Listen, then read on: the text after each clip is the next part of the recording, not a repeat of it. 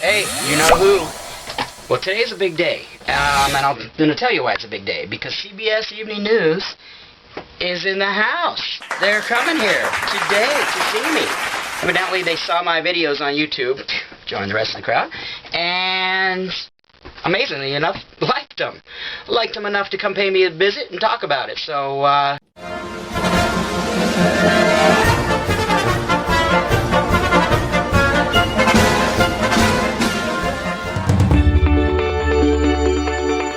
Good morning to our viewers in the West. It is Tuesday, July 3rd, 2012. Welcome to Studio 57 at the CBS Broadcast Center. Gayle King is in the control room with a look at what is coming up in our next hour. Hey, Gayle. I've got it. Thank you, Erica. There's a lot going on. Imagine a place where everybody who wants to get a job can get one, paying good money. That's Williston, North Dakota, an oil town that's booming so much it's causing a few problems. We're going to take you there this morning. North Dakota just became America's #2 oil-producing state behind Texas. The oil boom is redrawing North Dakota's landscape and also creating opportunity for thousands of unemployed Americans. But 60 Minutes correspondent Byron Pitt says that prosperity has a price. Byron, good to see you. When I think oil, I don't think North Dakota. Right, but it's big there. It's big there. Unemployment in North Dakota is currently at 3%. There are help wanted signs in every street corner. But as we discovered, there is no easy way to handle a boom quite like this. Known for the broad-shouldered beauty of its Great Plains and the brutish nature of its winters, North Dakota has long been the least populated state in the country. But North Dakota is changing. Every day, men mostly pour in from across the nation. Men like Stephen Reisinger from Kalispell, Montana, where unemployment is 13%. I heard about all this big money, so I thought I could get a little piece of that pie, I suppose. And here's why. There's an oil boom in North Dakota. Unemployment is virtually zero. A job on a rig can pay $100,000 a year. Even truck drivers can earn six figures. And in northwest North Dakota, oil is the new gold. This is the California gold rush, but in North Dakota in the 21st century. Author and Great Plains scholar Clay Jenkinson says this gold rush could be around for more than 20 years. Someone driving a water truck now who's 19 years old can make $85,000, $100,000, $120,000 a year, plus get a vehicle and fuel.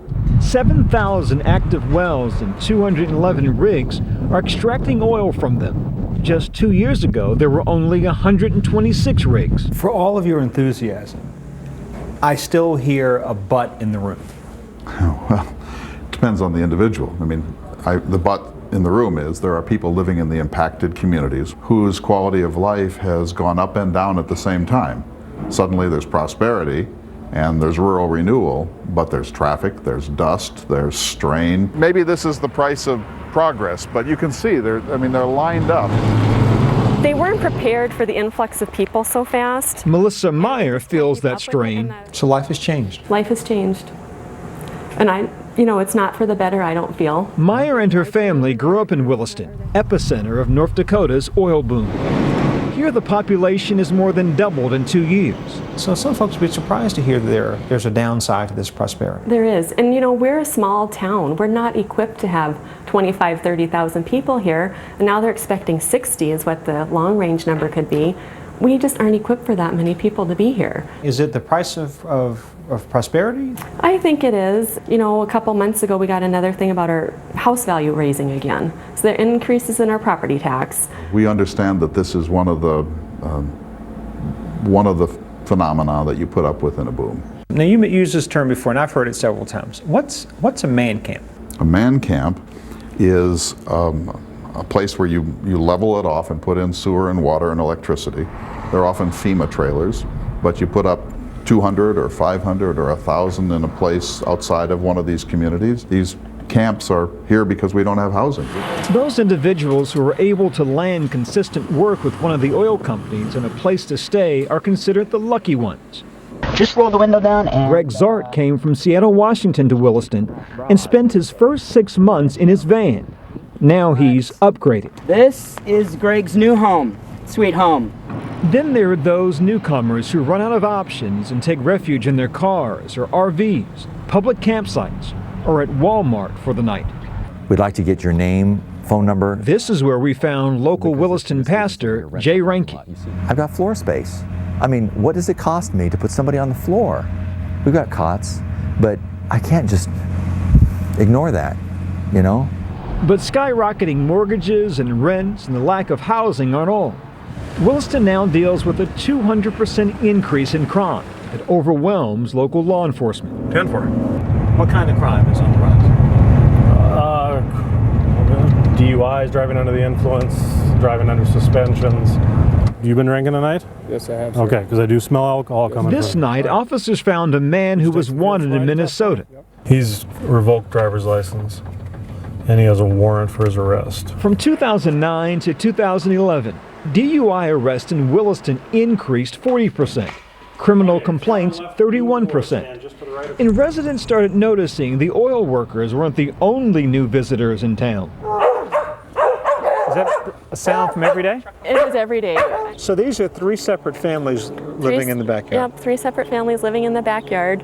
You know, we've kind of paid attention to see who they are and where they're from, and I think there's a couple of kids back here too. So it's just a different way of living that we're not used to seeing. If you could rule the world for a day, what would you do with all these changes going on in Williston? I would like to have it back the way it used to be.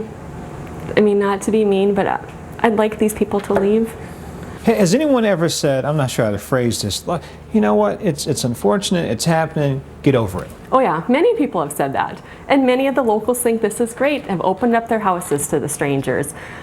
But, I mean, like I said, I've got 2 small young kids. I worry about them. So you are the envy of the country now, because 0 unemployment virtually. You're the envy of the country. We're going to be the richest state per capita shortly. We have an endless amount of money in our treasury. We have full employment and opportunity in a way that other states would beg to have. Now the question is, what do we do with it, and do we survive it, and do we manage it properly? So, Mr. Pitts, should the strangers start heading up to North Carolina? How long do you think the boom's going to last? Well, the expert... North Dakota. Yeah, North Dakota, maybe 20, 30 years. But the last time they had 20, a boom... 30 years? Yeah. But last time they had a boom in the 80s, they thought it would go for a long time. It lasted 3 years, so... And here's one of the questions to ask then, is what happens then in 20 or 30 years?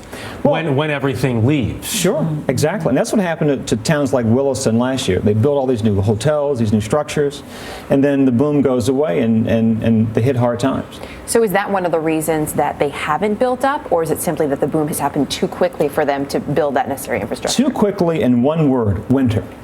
The oil business is a 24/7 year-round business. New construction only takes place when the weather allows. And as we all know, winter in North Dakota is no joke. It lasts a little while. Yes, it does. 60 below zero sometimes. Yeah, There it's were cool. interesting fashion choices in that piece. Your friend George with the flame shirt. Well, you know, it was an interesting choice. Well, there are a whole lot of options there. Like, I went to a Subway one day and waited in line 45 minutes for a sandwich. So, you know, you got to pick your, you know. You do what you have to do. Yes, exactly right. All right. Thank you, Brian. Nice piece. Thank you. Nice. I am with my 2 favorite people from New York City, Lauren, and was it Scott? Paul, yeah, how'd I get that wrong? Scott, Paul, Gregg, whatever, it's all the same. And if you're seeing this, it's because the CBS piece is already aired, right? I made that deal with her. Have you ever seen a producer this cute? Either look at her. Oh, fashion model alert. Cool, so a little blurb, and we're going to go check out the rest of the neighborhood. It's been another Gregg Zart production. What she said. It's the Sarah Stack Group, and this is Keith Mother Omont. That's right.